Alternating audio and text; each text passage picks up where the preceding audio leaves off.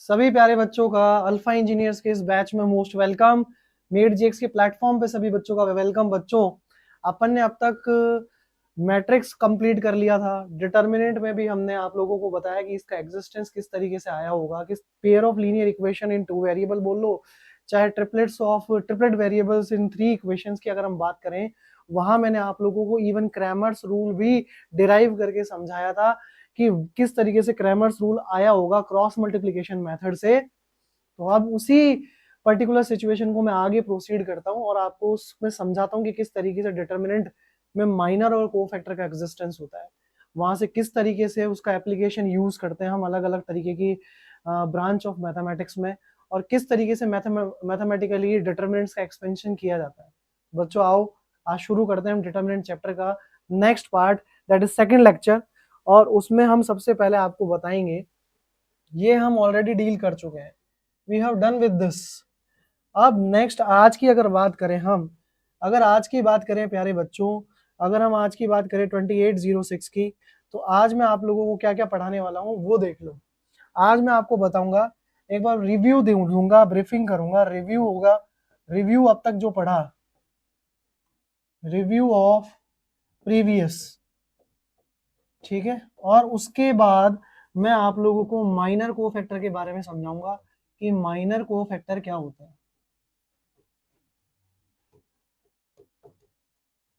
और फिर मैं आपको समझाऊंगा को इनकी एप्लीकेशंस क्या होती है डिटर्मिनेंट की, या उससे पहले एक्सपेंशन ऑफ डिटर्मिनेंट समझाया जाएगा, एक्सपेंशन एंड एप्लीकेशन दोनों समझाएंगे बेटा आपको।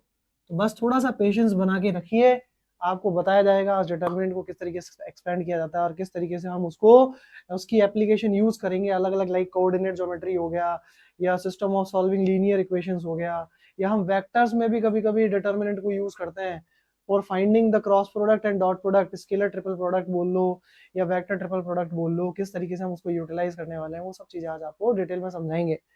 तो नेक्स्ट आता है हमारे पास में माइनर कोफैक्टर।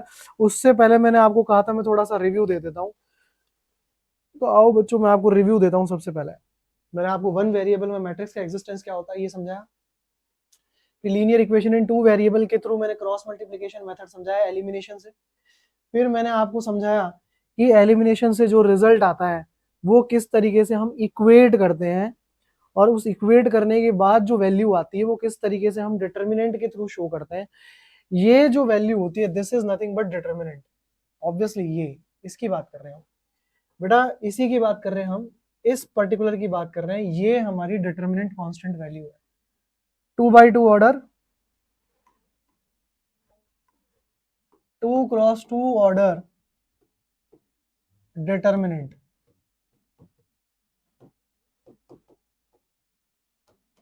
समझ में आएगी नहीं यही बात? I hope this is clear to all the students. आए चले आगे।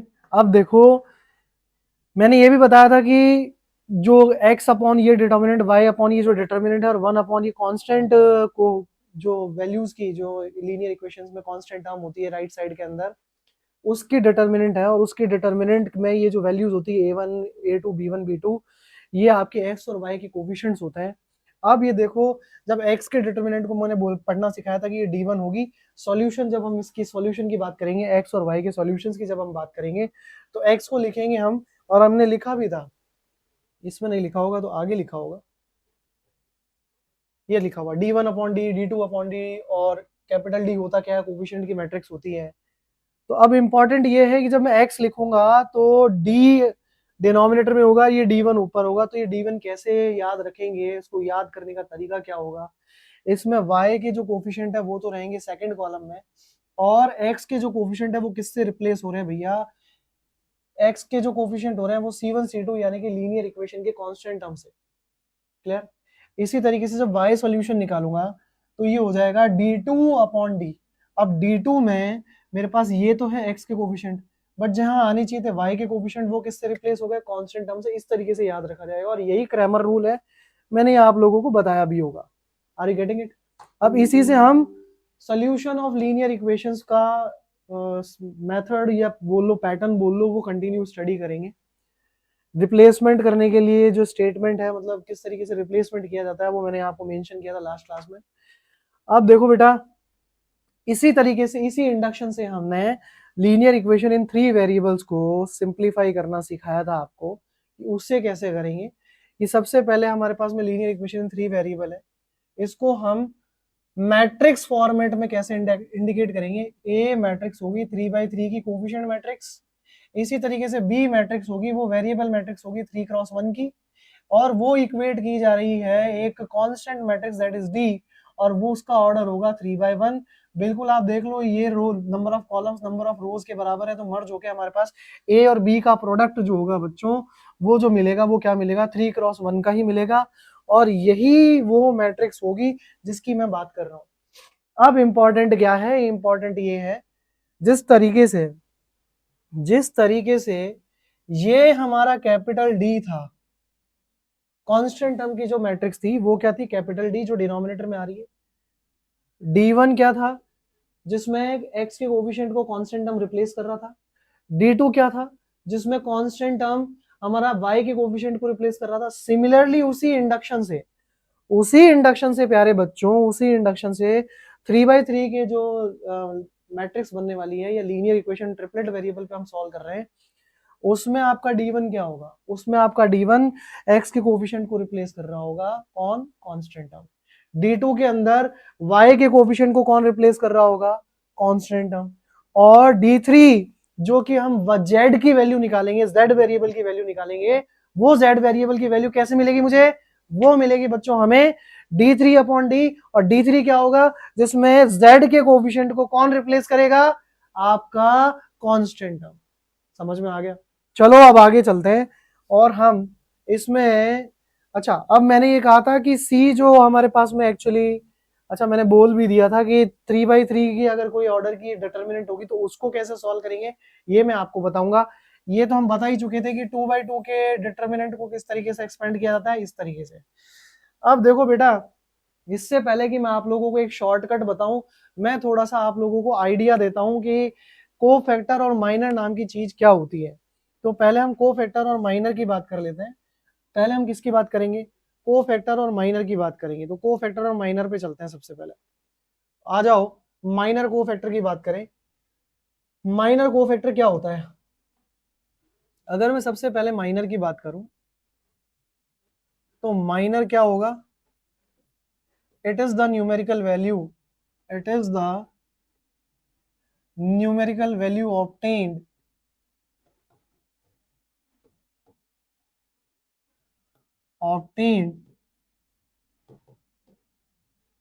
into the form of, या यूं कह लो सीधा सीधा, सबसे बढ़िया बेस्ट तरीका बताऊं, it is the determinant, it is the determinant, it is the determinant, it is the determinant obtained by removing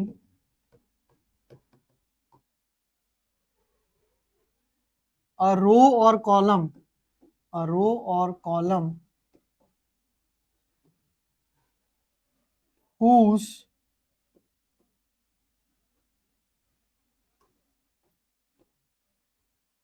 at which the element stands.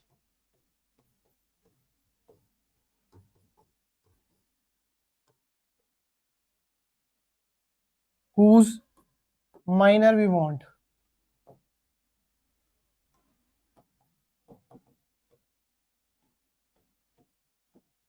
जैसे, अब छोटा सा एग्जांपल देखना बच्चों, जैसे मैं बात करूं, लेट अस सपोज मेरे पास में एक मैट्रिक्स है, ये मैट्रिक्स है, सिंपल सा 2/2 की मैट्रिक्स लेके समझाता हूं मैं आपको। ये मैट्रिक्स है हमारे पास में A B X Y, या सिंपल सिंपल इसको और भी अच्छे से अगर मैं बताऊं तो ये कह सकते हैं, ये है A11 A12 B11, या A21 A22। आया कि नहीं आया समझ में। ये हमारे पास लेट सपोज एक मैट्रिक्स है, इस मैट्रिक्स में मैं A11 का माइनर जानना चाहता हूँ। तो माइनर होती है एक डिटर्मिनेंट वैल्यू जो कि एक जिस एलिमेंट की हमको माइनर निकालना है उसका रो और कॉलम आपको रिमूव करना होगा। तो अगर मैं रिमूव करने की बात करूं तो इसका मतलब ये हो गया, if minor of A11 is calculated,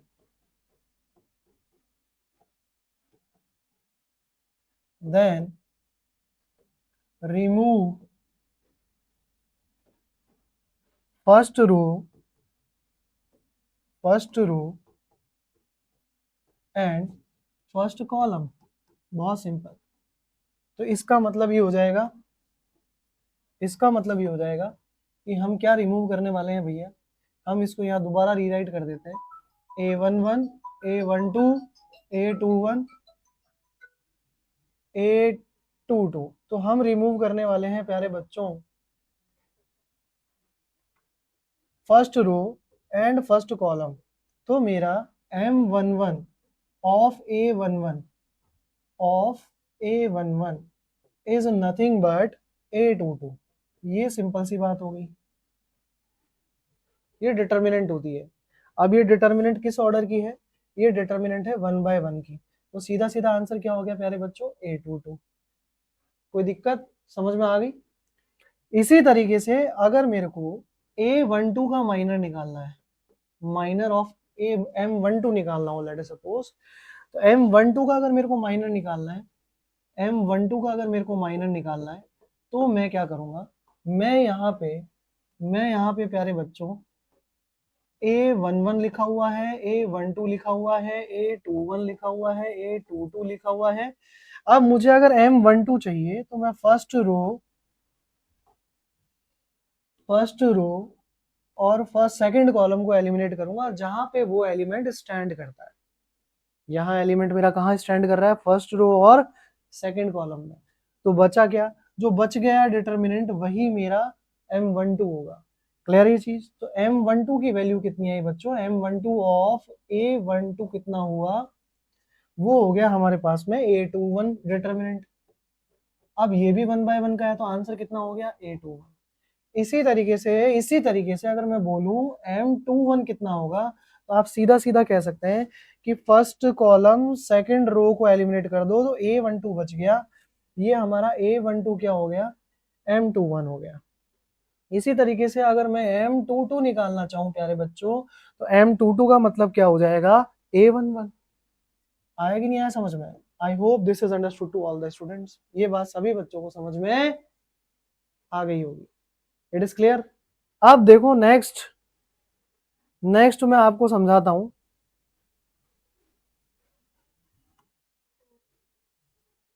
कि किस तरीके से माइनर 3/3 के डिटर्मिनेंट में देखा जाता है।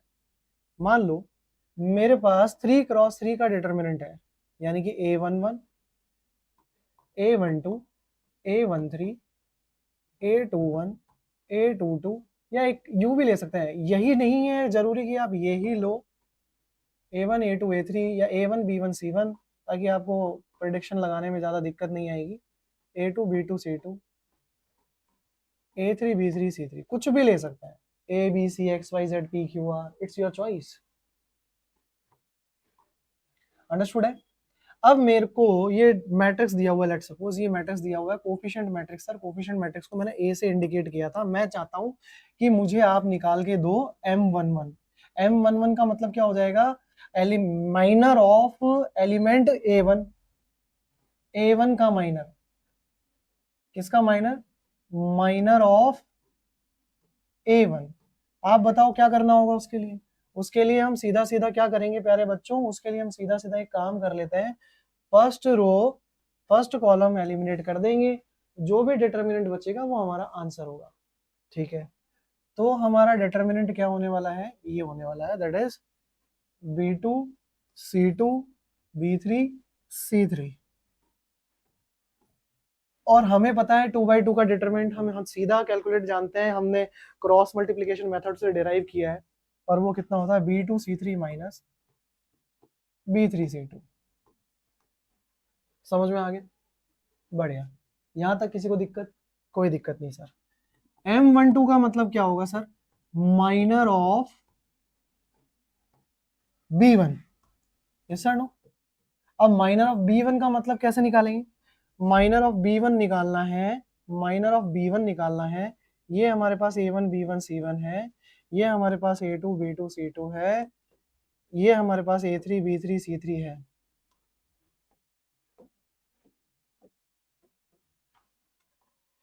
समझ में आया? अगर ऐसा है, और अब मेरे को M12 निकालना है। M12 का मतलब first row second column, first row second column हटाना है, हटा दिया।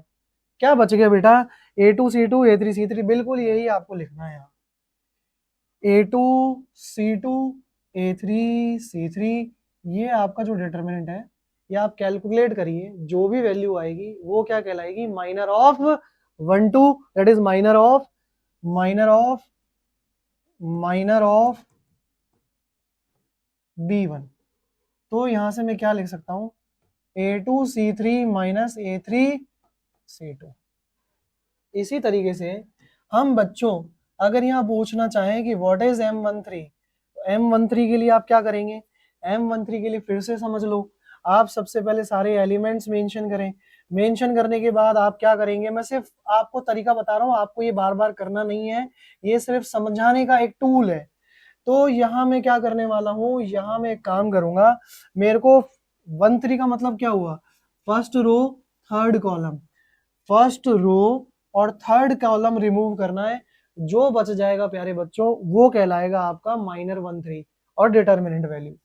तो minor of C1 element, that is nothing but A2 B2 और A3 B3। समझ में आई बात बेटा? अगर ये समझ में आ जाता है तो ये क्रॉस मल्टीप्लिकेशन मेथड से ऑलरेडी हम डिराइव कर चुके हैं कि 2/2 डिटर्मिनेंट क्या होती है। That is nothing but cross multiplication of the elements with the sign between the minus.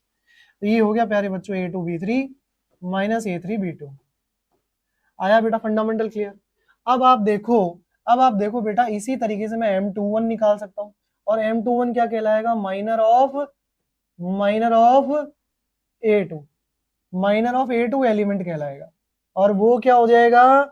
वो हो जाएगा बेटा सेकंड रो फर्स्ट कॉलम को एलिमिनेट करने के बाद, यानी कि B1 C1 and B3 C3। समझ में आया कि नहीं आया बेटा? आई hope this is clear. B1 C1 and B3 C3 क्या करना पड़ेगा आपको? ये और ये एलिमिनेट करना पड़ेगा प्यारे बच्चों। आई hope this is understood. Understood है बच्चों? तो यहां से आंसर बन जाएगा B1 C3 minus B3 C1। ये आप लोगों ने माइनर निकालना सीख लिया। अब डायरेक्ट बताइएगा आप कि M22 क्या बनने वाला है? M22 का मतलब हो गया माइनर ऑफ B2, और माइनर ऑफ B2 का मतलब क्या हो गया बेटा? A1 C1 A3 C3, A1 C1 A3 C3। इसी तरीके से कोई पूछे व्हाट इज, अब मैं डायरेक्ट M22 नहीं, M22 के बाद M23 नहीं पूछ रहा, मैं पूछ रहा हूँ M23, ओ सॉरी M32। ये हो गया minor of B3। Minor of B3 का मतलब कहलाएगा, माइनर ऑफ B3 का मतलब कहलाएगा, माइनर ऑफ B3 क्या कहलाएगा भैया? माइनर ऑफ B3 कहलाएगा हमारे पास third row and second column eliminate करेंगे A1 C2 A2 C1, A1 C1 A2 C2, और आप इसको सॉल्व करके बता सकते हैं। आई होप ये वैल्यू, सॉरी नॉट वैल्यू, ये बात आप लोगों को बहुत अच्छे से समझ में आ गई होगी कि माइनर क्या रिफर। अब ये माइनर क्यों है मैं आपको फिर से समझा देता हूँ। माइनर आप लोगों को अब एक्सपेंशन के अंदर हेल्प करेगा, और वहां से हम इस चीज को इंप्रूवाइज करना चाहते हैं कि ये वैल्यू एक्चुअली किस तरीके से लिंक करेगी फंडामेंटल ऑफ डिटर्मिनेंट्स को। तो नेक्स्ट देखो, अब आता है cofactors. Cofactors, it is the determinant value, it is the determinant value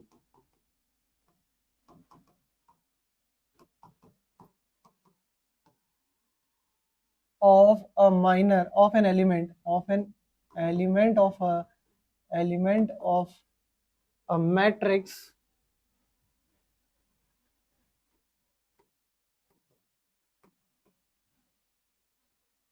of an element of a matrix with product of with the product of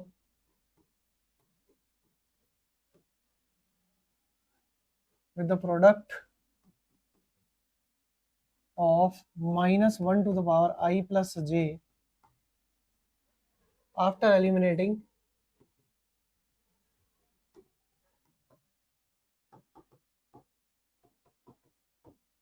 the row and column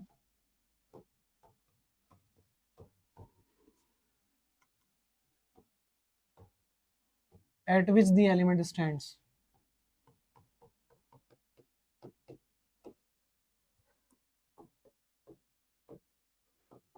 क्या मतलब हुआ कि जिस रो और कॉलम पे एलिमेंट स्टैंड करता है उसको एलिमिनेट करने के बाद जो भी डिटरमिनेंट वैल्यू बची है उसका प्रोडक्ट किसके साथ, -1 to the power I plus J के साथ। तो कहने का मतलब ये हो गया, हमारे पास लेट सपोज ये डिटरमिनेंट या ये मैट्रिक्स है।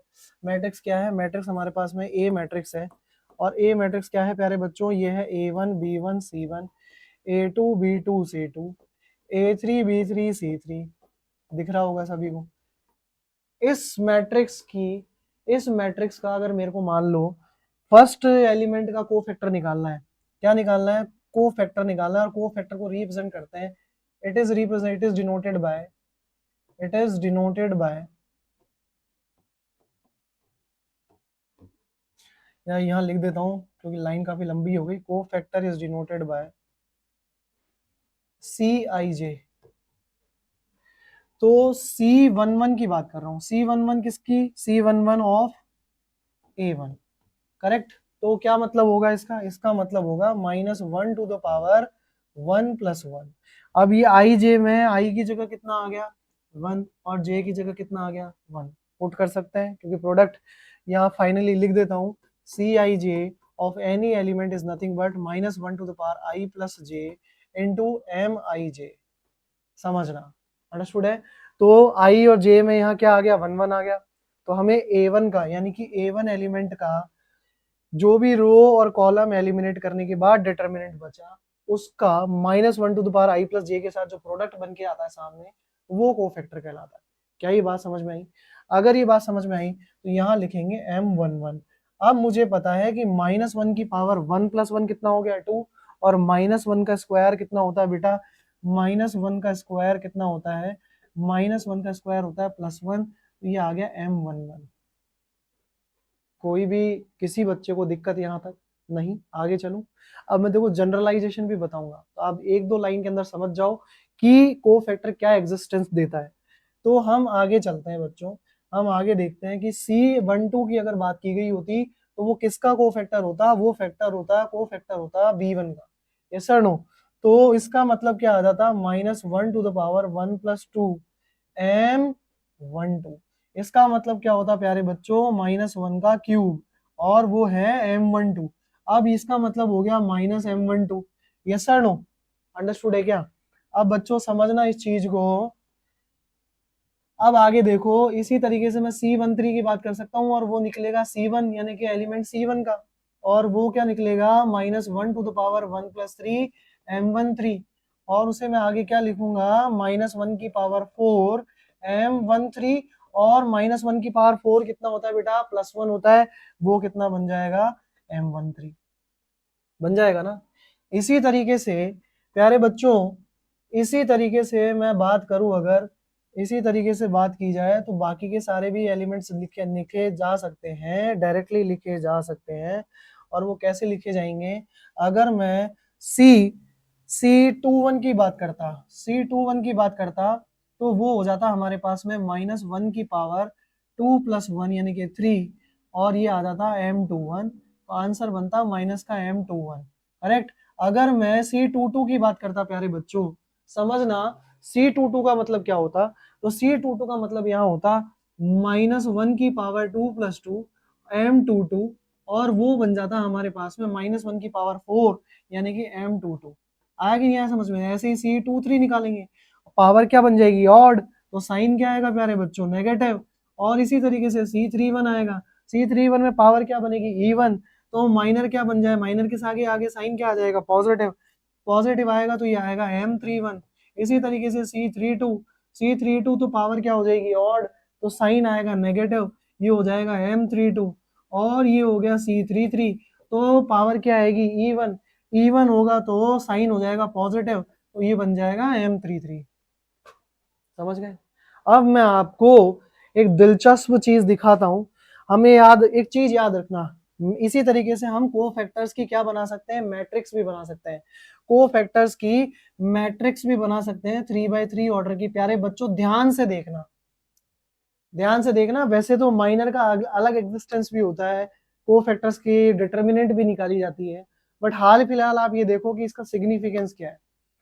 इसका सिग्निफिकेंस अगर कोफैक्टर्स की मैट्रिक्स की बात करता मैं, तो कोफैक्टर्स की मैट्रिक्स क्या होती है हमारे पास में, जरा ध्यान से देखो। यहां से शुरू करते हैं C11, C12, C13, C21, C22, C323, C31, C32, C33, ये मैट्रिक्स हो गई कोफैक्टर्स की। अब इस कोफैक्टर्स की मैट्रिक्स में C11 से लेके C33 तक सारे एलिमेंट रख देते हैं। अगर मैं एलिमेंट यहाँ रखने जाऊं तो बच्चा ध्यान से देखना, M11, M12 जो भी इनके आगे साइन आ रहा है वो भी मैं लिखूंगा यहाँ। तो ये आ गया, देखो सबसे पहला M11 आ गया। साइन कलर चेंज करने की बारी आ गई है, तो यहाँ ले लेते हैं M11 प्लस का। ध्यान से देखो बेटा, ध्यान से देखना। माइनर तो डिटर्मिनेंट वैल्यू है, माइनर के साथ मैंने कोई साइन नहीं लगाया था जब मैंने आप लोगों को एक्सप्लेन किया था। साइन किसकी वजह से आया, -1 की पावर i प्लस जे की वजह से आया। क्यों आया उसका रीजन भी मैं बताऊंगा, क्रॉस मल्टीप्लीकेशन मेथड के अंदर भी लिखा हुआ है, वो रीजन मैं बताता हूं आपको, जरा एक बार रुक जाना बस। तो M11 minus M12 plus M13 M-21 plus M22 minus M23 minus, sorry not minus, plus M31 minus M32 और प्लस M33। ये आपकी कोफैक्टर्स मैट्रिक्स हो गई। क्या हो गई बेटा, कोफैक्टर्स मैट्रिक्स हो गई। समझे कि नहीं समझे? तो एक फंडामेंटल यहाँ से कुछ कंक्लूड किया जा सकता है कि जब भी मान लो किसी भी ऑर्डर की मैट्रिक्स जब हम बात करते हैं, कोफैक्टर्स मैट्रिक्स की जब हम बात करते हैं, ध्यान से सुनना बेटा, कोफैक्टर्स मैट्रिक्स की बात करते हैं, कोफैक्टर मैट्रिक्स की बात कर रहे हैं, कोफैक्टर मैट्रिक्स ऑफ 2/2 की बात कर रहा हूँ लेट सपोज में, और 2/2 कोफैक्टर मैट्रिक्स ऑफ ए, और ए मैंने यहाँ इंडिकेट किया है, let suppose A1 B1 A2 B2 की बात कर लेता हूँ मैं, है ना। समझना, देखना, जो पेयर ऑफ लीनियर इक्वेशन है, pair of linear equation in 2 variable, उसमें ये कोफिशिएंट की मैट्रिक्स है। तो इसका मतलब क्या होगा, इसका मतलब ये होगा कि इसके कोफैक्टर की मैट्रिक्स क्या बनने वाली है, पहला एलिमेंट पावर इवन, तो क्या बनेगा बोलो, M11, M12 के साथ नेगेटिव साइन आएगा, डन, क्योंकि पावर क्या बनेगी 1 + 2 ऑड, तो साइन कोफैक्टर का कितना आएगा, नेगेटिव। ऐसे ही माइनस M21 और ये हो जाएगा बच्चों M22, हाँ है ना। और इसी तरीके से जब ये थी 2/2 की, तो यहां वेरिएशन क्या आया देखना, साइन, जब साइन माइनर के साइन की बात की जाए, जब माइनर के साइन की बात की जाए, माइनर के साइन की बात कर रहे हैं हम, लेट सपोज माइनर साइन की बात कर रहे हैं, अगर माइनर साइन की बात कर रहे हैं तो ऑल्टरनेट चल रहा है, प्लस माइनस माइनस प्लस। ध्यान से सुनना, ऐसे ही कोफैक्टर मैट्रिक्स जो हमने 3/3 की निकाली, cofactor matrix of again any A1 ले लो A2 ले लो, जो भी लिखना है वो लिख लो, A1 B1 C1 A2 B2 C2 A3 B3 C3 की बात कर रहा हूँ, जिसकी मैं भी बात कर रहा हूँ मैं। इसका ऑर्डर क्या था, इसका ऑर्डर था 3/3। तो आपने कोफैक्टर्स मैट्रिक्स C1 या C2 जो भी लिखने की बात कर रहे हैं आप, उसमें साइन क्या चलेगा, पहला पावर जो बनेगा 1 i plus J, that is 1 + 1 positive बनाएगा, दूसरा क्या बनाएगा नेगेटिव, तीसरा क्या हो जाएगा पॉजिटिव, फिर negative positive negative positive negative positive, ऐसे ही चल रहा था साइन। माइनर के साइन की बात कर रहा हूँ मैं, I am talking of the sign of minor only. Minor तो कांस्टेंट न्यूमेरिकल वैल्यू है, मैग्नीट्यूड है, वो हम कैसे निकाल रहे थे वो मैंने आपको सिखाया था। आई होप यहाँ तक बात बहुत अच्छे से समझ में आ गई होगी, कोफैक्टर क्या होता है, माइनर क्या होता है। ये वो वैल्यूज होती है, डिटर्मिनेंट वैल्यूज होती हैं, और मैट्रिक्स भी कोफैक्टर की बनाई जा सकती है, वो आगे एडजॉइंट में काम आएगी। वो एडजॉइंट क्या होता है वो निकाल के बताऊंगा मैं, पहले आप थोड़ा सा इसको पेशेंसली समझने की कोशिश करना। अब determinant, what is the link of, what is the link एक मिनट बच्चों, what is the link of minor और कोफैक्टर विद डिटर्मिनेंट?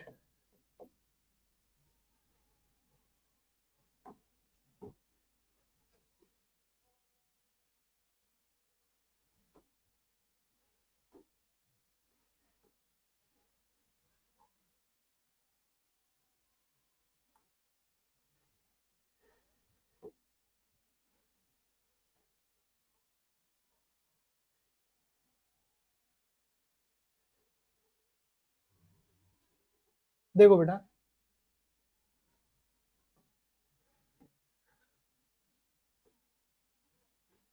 देखो, विथ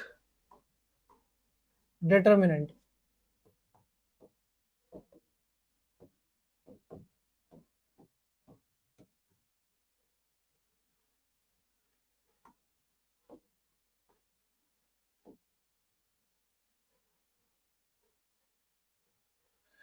तो इंपॉर्टेंट ये हो गया, फिर कहना इंपॉर्टेंट ये हो गया, कलर चेंज कर लेते हैं, कि इनका क्या लिंक होने वाला है सर, इनको कैसे लिंक करेंगे हम। इंपॉर्टेंट बात ये प्यारे बच्चों, इनको लिंक, इनका लिंक बताता हूं मैं।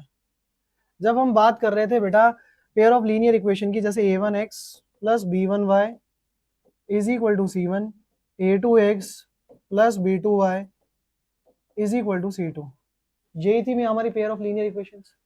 अगर मैं बात करूं तो हमने लिखा था x अपॉन x की वैल्यू हमने निकाल ली थी कुछ जो भी आ रही थी, जैसे let suppose d1 upon d की बात करें, या d1 अपॉन d में d1 क्या कहलाएगा हमारा, कुछ डिटर्मिनेंट ऑफ x के कोफिशिएंट को c1 c2 से रिप्लेस करना, यानी कि c1 c2 और b1 b2 अपॉन a1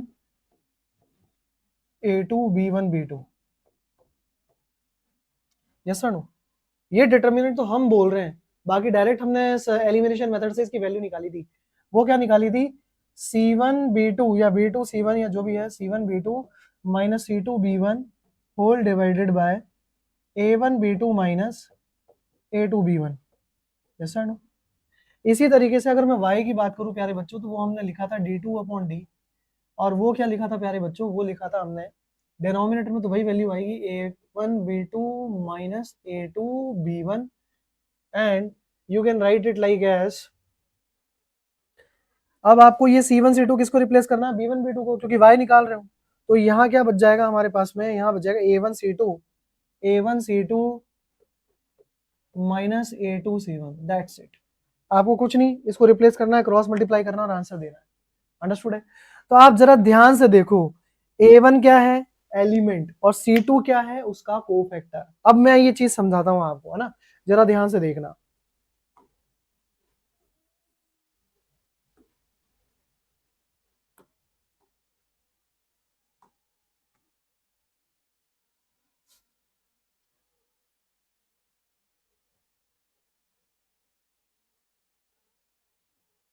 देखो बेटा, अब मैं लिंक बताता हूं, लिंक लिंक बताते हैं आपको, लिंक बताते हैं।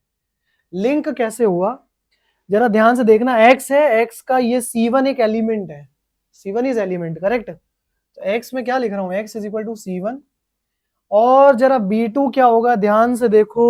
b2 अगर मैं बोलूं तो ये रहा, अगर ये मैट्रिक्स बोला जाए, ये मैट्रिक्स बोला जाए c1 b1 c2 b2, समझना है। अगर इसको मैं d1 मैट्रिक्स बोलूं, लेट सपोज d1 को मैं थोड़ी देर के लिए मैट्रिक्स की तरह ट्रीट करता हूं, d1 को अगर मैं थोड़ी देर के लिए मैट्रिक्स की तरह ट्रीट करूं, और d2 को मैं थोड़ी देर के लिए मैट्रिक्स की तरह ट्रीट करूं, तो आप देखो बेटा d1 में c1 के लिए b2 क्या है, c1 के लिए b2 एक कोफैक्टर है। समझ में आई कि नहीं बात, c1 into cofactor, cofactor, cofactor में सी डबल ओ सी ओ डबल एफ आता है क्या, एक ही तो एफ आता है। Cofactor of c1 into c1 multiply by cofactor of c1। सही बोला ना मैंने? अगर मैंने ये बात सही बोली है तो d1 b1 एक बार लिख भी देते हैं अपन मैट्रिक्स के फॉर्मेट में, c1 b1 c2 b2 और ये हो जाएगा प्यारे बच्चों, ये हो जाएगा हमारे पास A1 A2 C1 C2। समझे कि नहीं समझे? आई होप थोड़ा उल्टा लिख दिया है, एक बार इसको सही कर दें, A1 A2 C1 C2। समझे कि नहीं समझे? ये हमारे पास में मैट्रिक्स है और हमें पता है कि अगर मैं यहां से बात करूं, यहां से अगर हम बात करें, यहां से बात करें तो C1 का cofactor of C11 of C1 is nothing but -1 की पावर 2 B2। इसको और इसको हटाने के बाद जो एलिमेंट बचा दैट इज B2, यानी कि M11। और वो कुछ नहीं आ रहा बेटा, पॉजिटिव M11 क्या है, B2 है हमारे पास। समझ में आएगी नहीं ये बात? तो वही मैंने यहां लिखा है माइनस। अब माइनस नहीं, मैं तो प्लस ही लगाऊंगा, मुझे क्या पता कि प्लस करना है कि माइनस करना है, हम तो सिर्फ प्लस करेंगे। जरा ये ध्यान से देखना कि रिजल्ट क्या बन के आता है। मैं तो C1 into cofactor of C1 लिख देता हूँ। और अब आगे ध्यान से देखना कि क्या लिखा हुआ है। आगे लिखा हुआ आ रहा है माइनस का C2 B1। और C2 क्या है बच्चों, C2 हमारे पास में ये एलिमेंट है, C2 ये एलिमेंट है। और C2 अगर ये एलिमेंट है, अगर C2 एलिमेंट नहीं लिखते तो C2 को आप डिटरमिनेंट की तरह भी ट्रीट कर सकते हो। समझ में आ रही बात? अगर मैं लेट सपोज B1 को एलिमेंट मान लेता हूँ, मैंने B1 को एलिमेंट मान लिया बच्चों, तो B1 को अगर मैंने एलिमेंट मान लिया तो इसको रिमूव करने के बाद, सॉरी, इसको रिमूव करने के बाद, इसको रिमूव करने के बाद क्या बचा मेरे पास में, माइनर बचा C2। लेकिन C2 इसके रेस्पेक्ट में अगर देखा जाए तो कौन सी पोजीशन पे है, 1-2 पोजीशन पे है। और 1-2 पोजीशन में पावर क्या हो जाएगी, नेगेटिव। अगर 1-2 पोजीशन में पावर नेगेटिव हो जाएगी तो B1 इंटू को फैक्टर ऑफ B1, और अब जरा सा ध्यान से देखना, डिवाइडेड बाय जो भी है, divided by A1 B2 minus A2 B1। मैं सिर्फ वो इसको भी ऐसे ही लिख सकते हैं, बट मैं दिखाना चाहता हूँ कि कोफैक्टर का यूज क्या है, डिटरमिनेंट सॉल्व करने में कोफैक्टर का क्या क्या यूज है। तो C1 क्या हो गया हमारे पास, C1 cofactor of C1, cofactor of C1 sir plus का B2 है ना। और B1 into cofactor of B1, और हमें पता है कोफैक्टर ऑफ B1 क्या है, नेगेटिव C2, तो ये आ गया माइनस का C2। तो डिवाइड बाय ये हमारा एज इट इज आ जाएगा A1 B2 minus A2 B1। अब आप देख लो कि एक्चुअली माइनर कोफैक्टर के फॉर्मेट में ही इस चीज को इंडिकेट किया जा रहा है। उल्टा भी चल सकते थे, बिल्कुल चल सकते थे, क्यों नहीं चल सकते थे?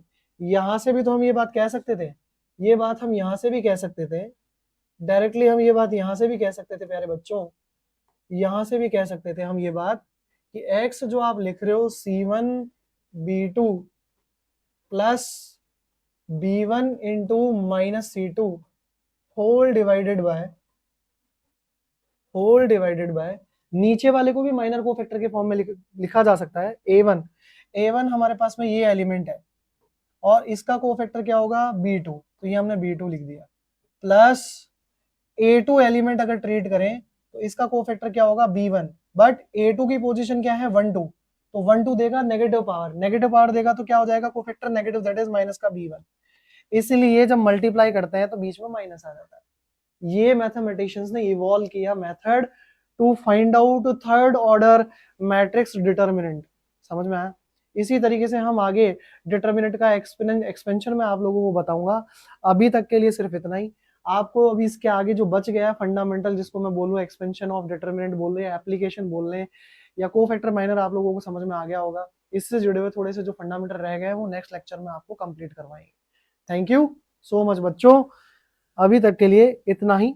आगे अपन और इसी लेक्चर को कंटिन्यू करते हुए मेथड आगे की मैं आप लोगों को समझाऊंगा। थैंक यू सो मच बच्चों।